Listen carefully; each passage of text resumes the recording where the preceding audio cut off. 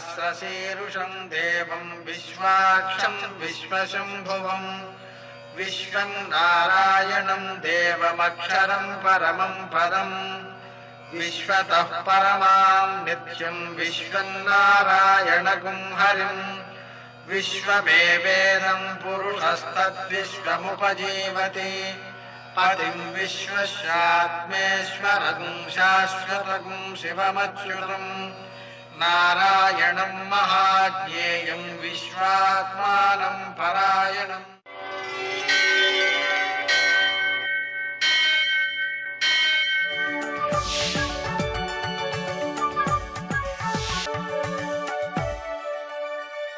सूर्यशौर्यमथेन्दुरिन्द्रपदवी सन्मङ्गलं मङ्गलम्। यः कर्ता जगतां भर्ता संहर्ता महसां निधि ప్రణమామి తమాదిత్యం బహిరంతస్తమోపహం. నేటి కాలమాన విశేషాలను గమనిద్దాం. స్వస్తి శ్రీ చాంద్రమాన విజయనామ సంవత్సరం దక్షిణాయనం వర్ష ఋతువు భాద్రపద మాసం కృష్ణపక్షం ఆదివారం. సూర్యోదయం 6:09 సూర్యాస్తమయం 6:03 తిథి దశమి రాత్రి 3:11 వరకు. నక్షత్రం పునర్వసు ఉదయం 8:10 వరకు. వర్జం సాయంకాలం 5:01 నుంచి 6:47 వరకు. దుర్ముహూర్తం సాయంకాలం 4:28 నుంచి 5:15 వరకు. అమృతకాలం శేషంగా మిగిలినది ఉదయం 7:16 వరకు.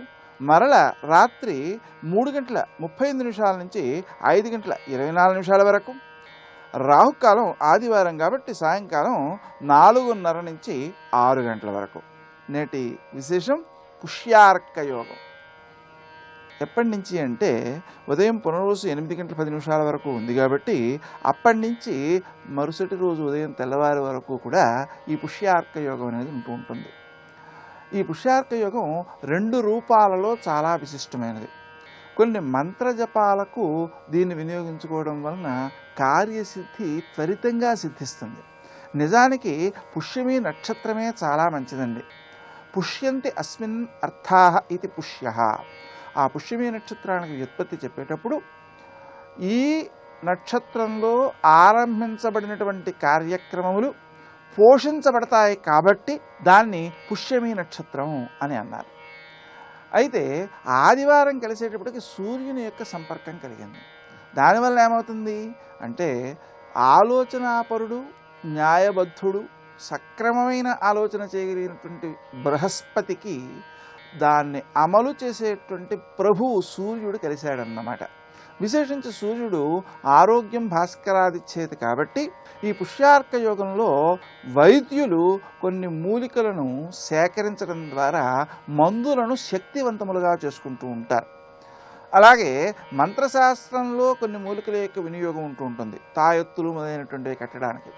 వాటిని సాధించడానికి కూడా ఈ పుష్యార్క యోగంలోనే వాటిని సాధించుకుంటూ ఉంటారు. కాబట్టి మనకు అందుబాటులో ఉండేటువంటి మంచి పనులు చేసుకోవడానికి, మంత్రజపాలు చేసుకోవడానికి ఈ పుష్యార్క యోగం చాలా మంచిది. ఇక మూలికలు అయినటువంటి వాటిని సేకరించే ఆ ప్రజ్ఞ కలిగినటువంటి వారు దాన్ని సద్వినియోగం చేసుకుంటూ ఉంటారు. నేటి ఆణిముత్యాలు.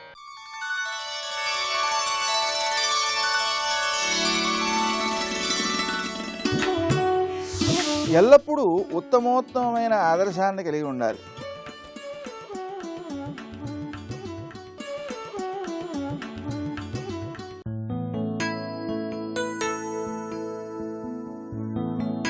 మానవత్వం అంటే కుల, మత, వర్ణ వివక్షలకు అతీతమైనది. ఆ మానవత్వాన్ని తన తత్వంగా చేసుకున్న ప్రతి మనిషి మహనీయుడే.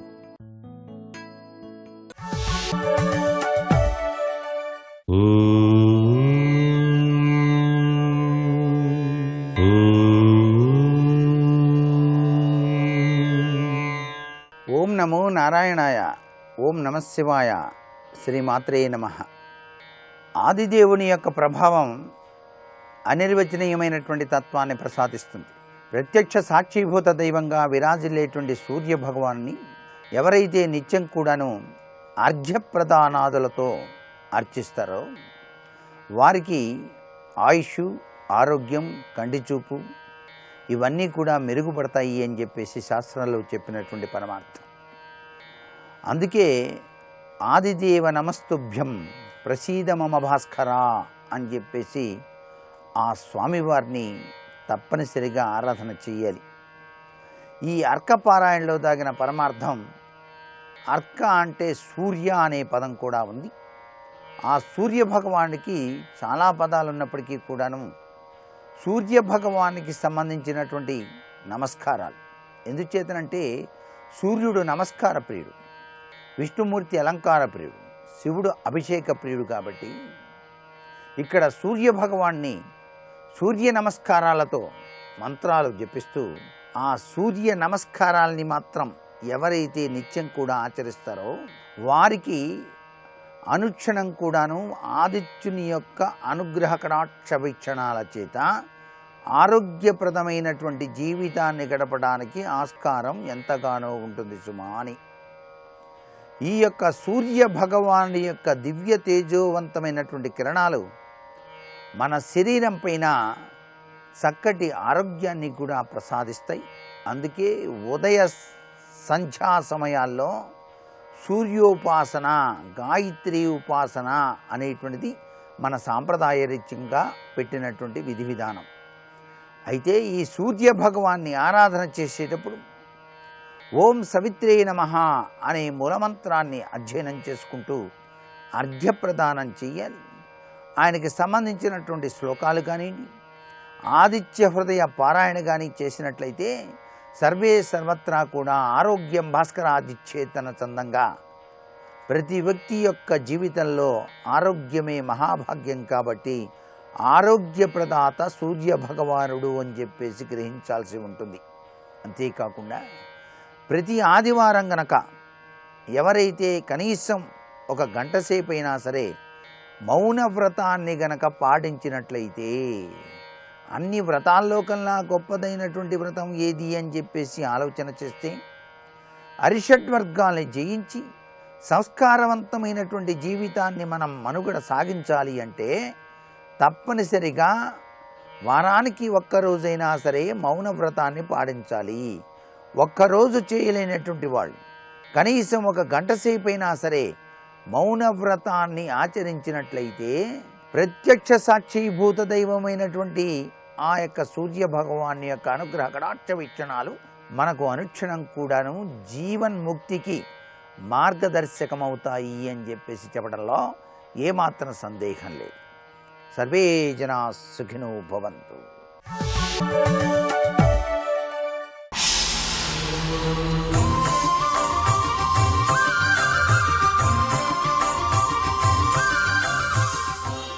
శతక సాహితీ సరస్వతికి నమస్కారం. గోమతీ నదీ స్నానము గొప్ప వరము, నమ్ము మచట సంధ్యావందనమ్ము సలుపా, మెచ్చి గాయత్రి వరసిద్ధినిచ్చి తీరు, విమలమతి చేసి నైమిష వెంకటేశ. ఈ గోమతీ నదీ ప్రభావం అక్కడ స్నానం చేస్తే, అక్కడ జపం చేస్తే కలిగేటువంటి ప్రభావం ఇంత అంతా కాదు. ఈ నదికి ఉన్న ప్రత్యేకమైన మహిమ ఏమిటంటే, గోమతీ నదీ స్నానము గొప్ప వరము, ఆ నదిలో స్నానం చేయటమే గొప్ప వరం. నమ్ముము అచట సంధ్యావందనమ్ము సలుప, మెచ్చి గాయత్రి వరసిద్ధినిచ్చి తీరు, విమలమతి చేసి నైమిష వెంకటేశ. గాయత్రీదేవి స్వయంగా వచ్చి అక్కడ సంధ్యావందనం చేసి ఉన్న వారికి వరసిద్ధిని ప్రసాదిస్తుంది. ఆ వరసిద్ధిని కూడా ఎలా ఇస్తుందంటే, ఏదైనా ఒక వరం ఎవరైనా దైవం ఇచ్చినప్పుడు ఆ తరువాత వరాన్ని అందుకున్నవాడు మళ్ళీ లోకంలోకి వచ్చి లోకకంటకుడు కూడా కావచ్చు ఆ వరప్రభావంతో. ఎందుకనంటే మనస్సు వికసించటం లేదు, అక్కడ తపస్సు చేస్తున్నాడు. ఆ తపస్సుకి ఆ అధిదేవత ప్రత్యక్షమై సంతసించి వరమిస్తున్నది. కానీ ఈ తపస్సు చేసిన వాడి మనస్సు మాత్రం ప్రశాంతముగా నిర్మలముగా ఉండటం లేదు. ఏదో ఒక ప్రయోజనం కోసం తపస్సు చేస్తున్నాడు. కానీ లోకహితాన్ని కాంక్షించేటువంటి గాయత్రీదేవి మొట్టమొదటగా సాధకుడికి మనస్సుని వికసింపజేసి విమలమతి చేసి ముందు వాడికి నిర్మలమైనటువంటి మనస్సుని ప్రసాదించి తరువాత వరసిద్ధినిస్తుంది. ఆ శక్తితో వచ్చి లోకంలో హితము చేసేటువంటి పనులే చేస్తాడు తప్ప లోకానికి ఎవరికీ కూడా బాధ కలిగించేటువంటి పనులు తన వరంతో ఎవడూ కూడా చెయ్యడు. అటువంటి పవిత్రమైనటువంటిది, మహిమాన్వితమైనది ఈ గోమతి నదీ తీరం. అక్కడ స్నానం చేస్తే గాయత్రీదేవియే కాదు, ఏ దేవతని ఉపాసించేవారైనా సరే, ఏ దేవతా మంత్రాన్ని జపించినా సరే ఆ దేవత స్వయంగా వచ్చి మనస్సుని సంపూర్ణముగా వికసింపజేసి ఆ సాధకునికి వరసిద్ధిని ఇచ్చి తీరుతుంది అని పురాణములు చెబుతున్నాయి. శ్రీకృష్ణుడు ప్రతిరోజు కూడా తన గురువుగారు ఈ గోమతీ నదికి వచ్చి స్నానం చేస్తున్నాడు అని తెలుసుకున్నాడు. ఆయన ఆశ్చర్యపోయాడు. గురుపత్ని గారి దగ్గరకు వెళ్ళి మా గురువుగారు ఏరు అని ఒక రోజున ప్రొద్దున్నే అడిగాడు శ్రీకృష్ణుడు. నాయనా, నీకు తెలుసు కదా, ఆయన ఇక్కడి నుండి గోమతీ నదికి వెళ్ళి అక్కడ స్నానం చేసి సంధ్యావందనాలన్నీ అక్కడ చేసుకుని ఆ కార్యక్రమాలు ఆ తర్వాత వస్తారు అని. అయ్యో, ఈయన ఇంత దూరం వెడుతున్నారా అని అక్కడ నుండి మళ్ళీ ఈ గోమతికి రాకుండానే ఆ గురువుగారి ఆశ్రమంలోనే ఒక గోమతి కుండాన్ని తన మహిమతో శ్రీకృష్ణుడు సృష్టించాడు. అది అంత మహిమాన్వితమైనది ఈ గోమతీ నది. శ్రీకృష్ణుని గురువుగారు సాందీపుని వంటి వారే వారున్న చోటి నుండి కొన్ని వందల మైళ్ళ దూరం యోగశక్తితో ప్రయాణించి వచ్చి ఇక్కడ సంధ్యావందనం చేసుకుని మళ్ళీ యోగశక్తితో మళ్ళీ ఆశ్రమానికి వెడుతున్నారంటే, అంత యోగశక్తిని వ్యయం చేసి ఇక్కడికి వస్తున్నారంటే ఇక్కడ ఈ స్నానం చేయటం వల్ల ఎంత శక్తిని వాళ్ళు పొందుతున్నారు. అంత శక్తిని అధికంగా పొందకపోతే తన యోగశక్తితో ఆయన వ్యయం చేసుకుని ఈ ప్రయాణం చెయ్యరు కదా. అందుకనే శ్రీకృష్ణుడు ఆయనకి ఆ శ్రమ లేకుండా గురువుగారి ఆశ్రమంలోనే ఆ గోమతి కుండాన్ని సృష్టించాడు. అక్కడే ఆ గోమతి సరస్సు ఏర్పడింది. ఆ నీటితోనే గురువుగారు స్నానం చేయటం, అక్కడే సంధ్యావందనం చేసుకోవటం, ఆ తరువాత ఆయన అలా కొనసాగించారని మనకి పురాణాలు పెద్దలు చెబుతున్నారు. ఈ పరమ పవిత్రమైన గోమతీ నదికి వెళ్ళి ప్రతి ఒక్కరూ కూడా పవిత్ర స్నానం చేసి తమ ఇష్టదేవతలను ఆరాధించాలి. అక్కడ ఆ ఇష్టదేవత మంత్రాలను స్తోత్రాలను జపించాలి, పఠించాలి. ఆ ఇష్టదేవతల నుండి వరసిద్ధితో తిరిగి రావాలి. ఈ నైమిష వెంకటేశ శతకంలోని కొన్ని పద్యాలను గురించి రేపు ఉదయం తెలుసుకుందాం. ఓం నమో నైమిష వెంకటేశాయ. బ్రహ్మ కడిగిన పాదము, బ్రహ్మము తానెని పాదము, బ్రహ్మ కడిగిన పాదము, బ్రహ్మము తానెని పాదము. అఖిల భువన జన్మస్థేమ భంగాదిలీలే వితత వివిధ భూత వ్రాత రక్షైక దీక్షే శృతి శిరసి విదీప్తే బ్రహ్మణి శ్రీనివాసే భవతు మమ పరస్మిన్ శముషీ భక్తి రూపా. శివాయ గురవే నమః. శ్రీమాత్రే నమః. శ్రీ విష్ణురూపాయ నమః శివాయ. శ్రీ వెంకటేశాయ నమః. చక్కని నైతిక జీవితమే ఆధ్యాత్మిక సాధన అని చెప్తూ అన్నమయ్య రచించిన కీర్తన అప్పులేని సంసారము అయిన పాటే చాలు అనే పల్లవితో వచ్చినటువంటి కీర్తనలో 2 చరణాలు మనం పూర్తి చేసుకున్నాం. వట్టి జాలి పడుకంటే వచ్చినంతే చాలు. ఇప్పుడు 3వ చరణంలోకి ప్రవేశిస్తున్నాం. లంపట పడని మేలు లవలేశమే చాలు, రొంపి కంబమవు కంటే రోయిటే చాలు, రంపపు కోరిక కంటే రతి వెంకటపతి పంపున అతని చేరే భవమే చాలు. ఈ చరణం వచ్చేటప్పటికల్లా అంతవరకు చెప్పిన లోకనీతి అంతా ఆధ్యాత్మిక రీతిగా మారిపోయింది. ఇక్కడ లంపటపడని మేలు లవలేశమే చాలు. మేలు అంటే ఒక సౌఖ్యము, ఒక లాభము అని అర్థం. ఒక లాభం పొందాలని, ఒక సౌఖ్యం పొందాలని, ఒక భోగం పొందాలని అనేక లంపటాలు పెంచుకుంటూ వెళ్ళిపోతుంటారు. లంపటము అంటే సంబంధాలు, అనుబంధాలు అని అర్థం. ఇలాగ ఒక్క మేలు కోసమని అనేక లంపటాలు పెంచుకుంటూ ఉంటే ఈ లంపటాల తలనొప్పి మళ్ళీ ఎక్కువైపోతుంటుంది. అందుకే అనవసరపు లంపటాలు పెంచుకోరాదు. ఆధ్యాత్మిక సాధనలు ఇది చాలా ముఖ్యం.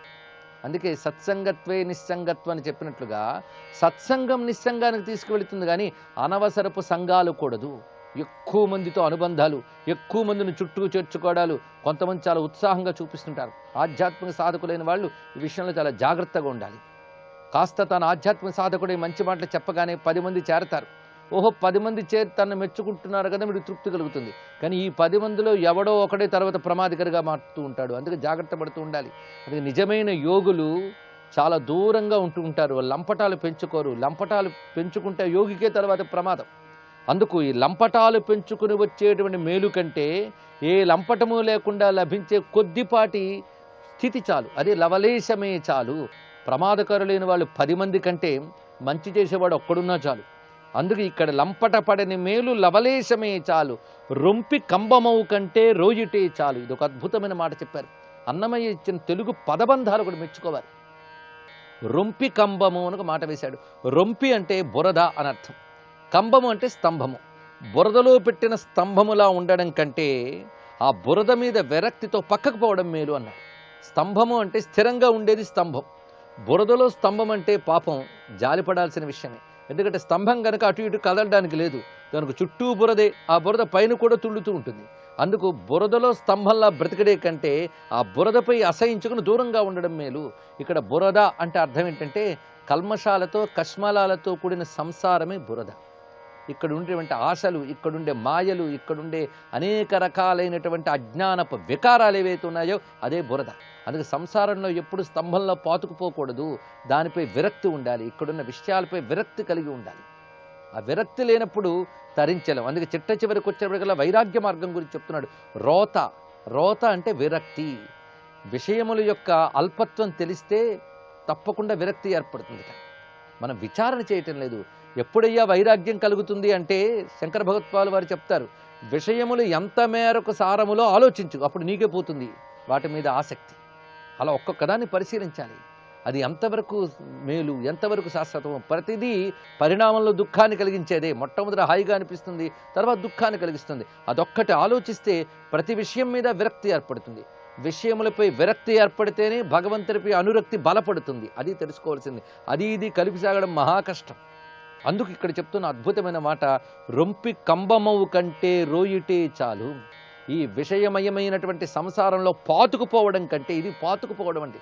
కొంతమందికి పాపం ఆయువా అయిపోతూ ఉంటుంది, వయస్సా మీద పడుతుంది.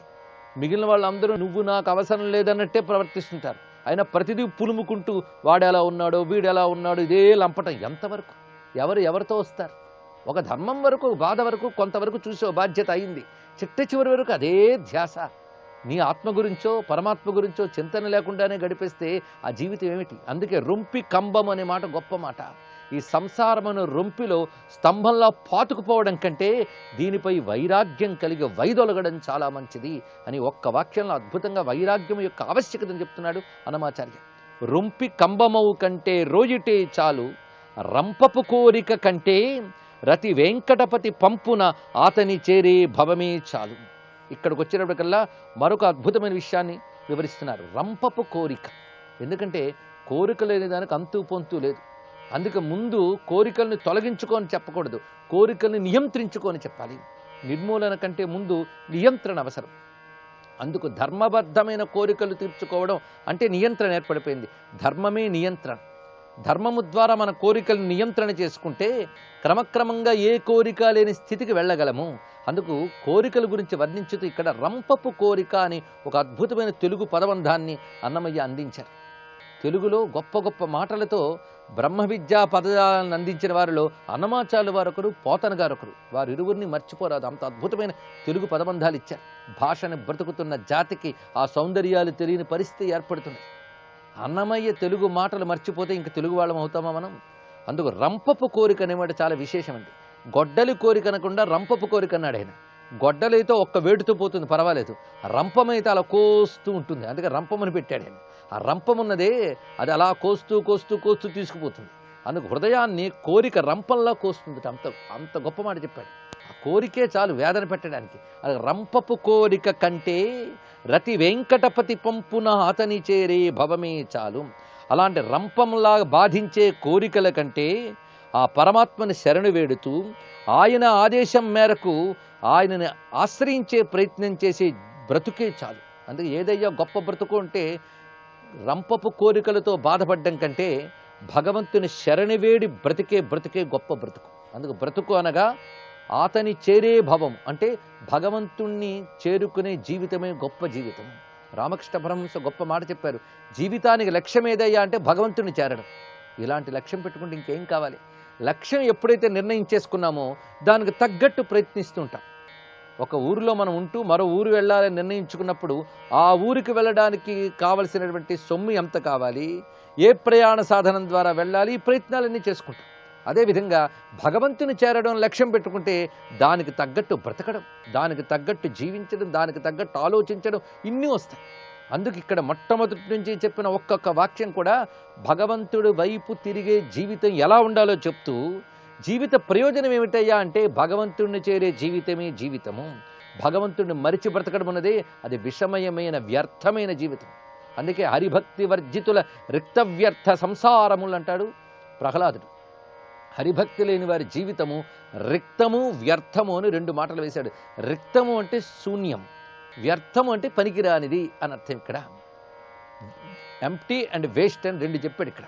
అందుకే అటువంటి అద్భుతమైన శబ్దాన్ని ఇక్కడ మహానుభావుడు అన్నమాచార్య వారు చూపిస్తున్నారు. రంపపు కోరిక కంటే రతి వెంకటపతి పంపున ఆతని చేరే భవమే చాలు. ఇక్కడ పంపున అని మాట వేశారు. పంపు అంటే ఆదేశం, వెంకటపతి అంటే నారాయణుడు. ఆ నారాయణుని యొక్క ఆదేశము, ఆయన ఆదేశం ఏమిటి? సర్వధర్మాన్ పరిత్యజ్య మామేకం శరణం వ్రజ. అది ఆయన ఇచ్చినటువంటి ఆదేశం. నువ్వు లంపటాలన్నీ విడిచి నన్ను శరణు వేడు అంటే నన్ను పట్టుకో అన్నాడు. ఆ శరణం వ్రజ అనేటువంటిది ఆయన పంపు అనగా ఆయన ఆదేశం. అలాంటి ఆదేశం తీసుకుని ఆయనపై రతి ఏర్పరచుకుని, రతి అనగా ఆసక్తి, మక్కువ అని అర్థం. భగవద్రతి ఇది చాలా గొప్ప విషయం. ఒక విషయాన్ని తలంచుకుంటూ దాన్నే ఆశ్రయించి ఆనందించే లక్షణాన్ని రతి అంటారు. నిరంతరం ఆ వెంకటేశ్వరుని భావనలో, ఆయన ఆశ్రయంలో, ఆయన స్మరణలో ఆనందించుతూ ఆయన ఆదేశాన్ని అనుసరించి ఆయన్ని శరణివేడి జీవించడమే నిజమైన జీవితం. భగవత్ శరణాగతియే గొప్ప జీవితమని ఇందులో ప్రతిపాదన జరుగుతున్నది. అందుకు ఏ విధంగా ఆ జీవితాన్ని మలుచుకోవాలి అంటే ముందు అక్రమార్జన లేకుండా ఉండాలని ప్రారంభించి క్రమంగా ఉన్నదానితో తృప్తి చెందుతూ, ఉన్నదానితో అనగా నువ్వు శ్రమబద్ధంగా, ధర్మబద్ధంగా, సక్రమంగా సంపాదించిన దానితో తృప్తి పడుతూ, ఒకరిని నిందించకుండా, ఒకరి చేత నింద పడకుండా జీవిస్తూ, సదాచార సంపన్నంగా జీవించుతూ, లంపటాలు పెంచుకోకుండా, సంసారంలో కూరుకుపోకుండా, కోరికల రంపాల కోతలకు దూరంగా ఉంటూ భగవత్ శరణాగతితో జీవించడమే గొప్ప మార్గము. ఒక్క కీర్తనలో బ్రతుకు మార్గాన్నంతటిని తీర్చిదిద్దిన అన్నమయ్య ఇక్కడ మనకు ఆచార్యుల్లా కనబడతాడు. అంత చక్కని తత్వాన్ని అందించారు ఇందులో. ఇటువంటి చక్కని తెలుగు జాతీయాలతో, పలుకుబళ్లతో అందించినటువంటి మరొక తత్వగీతంలోకి ప్రవేశిస్తున్నాం. వీటిని తత్వగీతాలు, అదేవిధంగా బ్రతుకు నీతిని చెప్పే గొప్ప గీతాలుగా భావన చేయాలి. ఒక అద్భుతమైన మరొక కీర్తన, తనకేడ చదువులు తనకేడ శాస్త్రాలు మనసు చంచల బుద్ధి మానీన. ఇది కూడా గొప్ప మాట. సాధారణంగా చదువుకుంటే సంస్కారం వస్తుందని చాలామంది చెప్తూ ఉంటారు. అది సత్యం కాదనలేం, కానీ పూర్తిగా సత్యం ఒప్పుకోలేం. ఎందుకంటే చదువుకున్నవాడు మరింత తెలివిగా దుర్మార్గాలు చేస్తున్న వైనాలు మనం చూస్తున్నాం.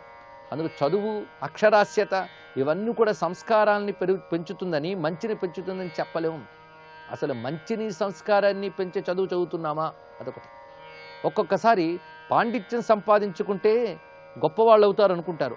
ఆ పాండిత్యం వల్లనే అహంకారము, మదము పెరిగి అవతల వారిని కన్ను మిన్ను కానకుండా అవమానించి పతనమయ్యే అవకాశాలు కూడా ఉన్నవి. అందులో పాండిత్యాదులు అహంకారాన్ని పెంచుతాయి. అది మహాప్రమాదకారి. వారు ఒకరిని గౌరవించరు, వారికి దైవం లేదు, సాటి మనిషి పట్టాడు. అందుకే చదువు ఎంత గొప్పదో సరిగ్గా వినియోగించుకోకపోతే అంత ప్రమాదం కూడా.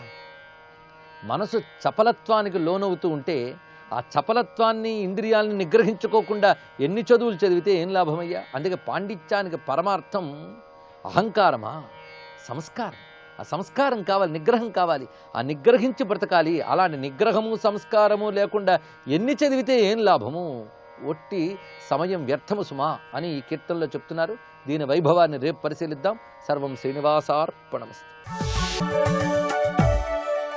దిగంబరా దిగంబరా శ్రీపాదవల్లభ దిగంబరా,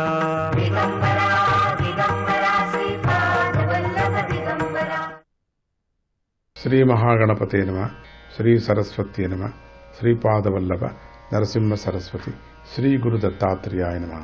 మనము ప్రహ్లాద జ్ఞానయోగాన్ని గురించి మనం తెలుసుకుందాం.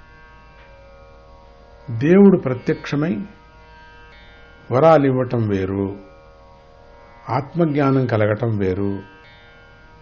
ఆత్మజ్ఞానం కలిగితేనే మోక్షం లభిస్తుంది కదా. ప్రహ్లాదుడి కోసం నరసింహ అవతారాన్ని ఆవిర్భవించినటువంటి వివరం మనకు అందరికీ కూడా తెలిసింది. తర్వాత ప్రహ్లాదుడు రాజై రాజ్యపాలన చేశాడు. చాలా ముసలితనం వచ్చే కొద్దీ ఈ సృష్టి యొక్క మూలతత్వం ఏమిటి, నేను అనేదాని తత్వం ఏమిటి అనే ప్రశ్న పరంపర ఆయనను ఆవరించేసింది. ఆయన కొందరు వస్తువులను వెంటబెట్టుకొని దేశ సంచారానికి బయలుదేరాడు. వస్తువులంటే ఎవరు?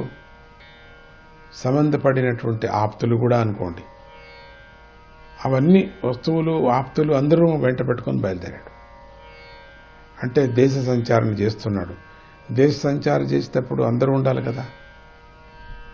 వెళుతూ వెళుతూ కావేరీ తీరాన అజగర వ్రతంలో ఉన్నటువంటి మహనీయుడిని చూశాడు. చాలా గమనించి దగ్గరకు వెళ్ళి నమస్కరించాడు. నీ తత్వం ఏమిటని ప్రశ్నించాడు. ఆయన అజగర వ్రత తత్వం ఉపదేశించాడు. ఈ జనుల స్వభావం చేతనే విషమంగా ఎగుడు దిగుడుగా ఉంటారు. నేను వీళ్ళని నిందించను, మెచ్చుకోను, వీరికి శ్రేయస్సు కలగాలని ఆశీర్వదిస్తూ ఉంటాను. వీరికి ఆత్మజ్ఞానం కలగాలని కూడా ఆశిస్తూ ఉంటాను. నేను విభేదాన్ని చిత్తవృత్తిలో లయింపజేస్తాను, చిత్తవృత్తిని మనస్సులో లయింపజేస్తాను, మనస్సును వికార కారణమైనటువంటి అహంకారంలో లయింపజేస్తాను, అహంకారాన్ని మాయలో లయింపజేస్తాను, మాయను ఆత్మానుభూతిలో లయింపజేస్తాను, ఇక స్వానుభూతిలో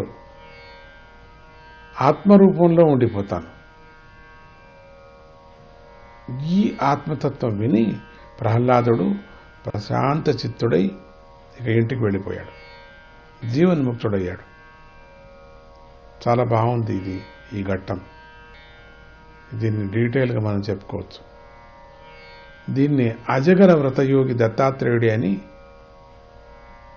నారదుడు ధర్మరాజుకు చెప్పాడు. యదురాజ బోధనం. శ్రీకృష్ణ వంశానికి మూల పురుషుడైనటువంటి యదు చక్రవర్తికి కూడా దత్తస్వామి తత్వోపదేశం చేశాడు. ఈ విషయాన్ని శ్రీకృష్ణుడు ఉద్ధవుడికి చెప్పాడు. ఒకప్పుడు యదు చక్రవర్తి తేజశాలి అయినటువంటి ఒక అవధూతను చూసి నమస్కరించి ఇట్లా ప్రశ్నించాడు. లోకంలో జనులంతా కామ లోభాదులనేటువంటి కారు చిచ్చుల్లో పడి కాలిపోతూ ఉంటే నీవు మాత్రం గంగానదిలో ఉన్నటువంటి ఏనుగులాగా ఏ బాధ లేకుండా హాయిగా ముక్తుడై ఉన్నావే, ఇది ఎలా సంభవించింది అని అడిగాడట. అవధూత తనకు 24 గురువులు ఉన్నారని దానిని చెప్పుకొని వెళుతున్నాడు. భూమి, గాలి, ఆకాశం, నీరు, అగ్ని, చంద్రుడు, సూర్యుడు, పావురాయి, కొండ చిలువ, సముద్రము, మిడుత, తేనెటీగ, ఏనుగు, తేనె పట్టువాడు, లేడి, చేప, ఒక వేశ్య, ఒక పిట్ట, పసివాడు, ఆడపిల్ల, బాణాలు చేసేటువంటి వాడు, పాము, సాలుడు, పురుగు, వీరే నాకు 24 గురువులు. వీరి వల్లే నేను సుఖంగా ఉండే విధానాన్ని నేర్చుకున్నానని ఉపదేశించాడు. ఇక లోకమంతా గురువుగా భావించినటువంటి ఆ దత్తస్వామిని సద్గురువు, జగద్గురువు అని ప్రప్రథమంగా పురాణాలు పేర్కొన్నాయి. దత్తస్వామి చేసినటువంటి ఉపదేశమే అవధూత గీత అని కూడా జగత్ ప్రసిద్ధమైంది. ఈ విధంగా ప్రతి వస్తువులోని గుణాన్ని స్వీకరించే నేర్పు కలిగితే ఇక లోకంలో తిరుగుండదు. ఆ నేర్పు దత్త సద్గురు కృప వల్ల మనకు లభిస్తుంది. అందుకని దత్తుడిని బాగా వేడుకుందాం. శ్రీ గురుదత్త. జై గురుదత్త.